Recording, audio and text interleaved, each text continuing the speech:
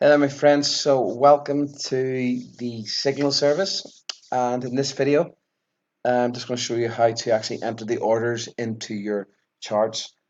So when you do get your trading list via email, okay, it will be like this, but you will have the actual trades there. Okay, so what you want to do is you head over to your MT4 platform and you're going to select the asset that's on the list. So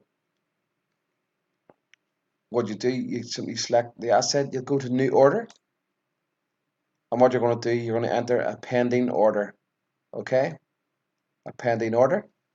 Okay, so for a buy limit, it's going to be the buy trades. Okay, going to place a buy. That is if price is under current price. Okay, so if like this trade on the Euro GDP, it's going to be a buy stop because our order is above current price.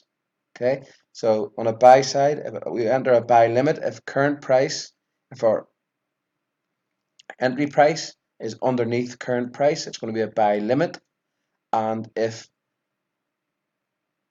our order is above current price, it's going to be a buy stop. Okay, so it's a buy limit and a buy stop. So just so it makes sense, we'll just look at British pound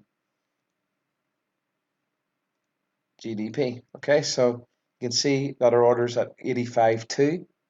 Okay, and price is currently at 85.1. So when the market opens, it'll go pending order and it'll have to be a buy stop. Okay, if our order was say 84.8, it'd be a buy limit. Okay, and similar story for a sell trade. Okay, you'll head over and you will hit pending order. Okay,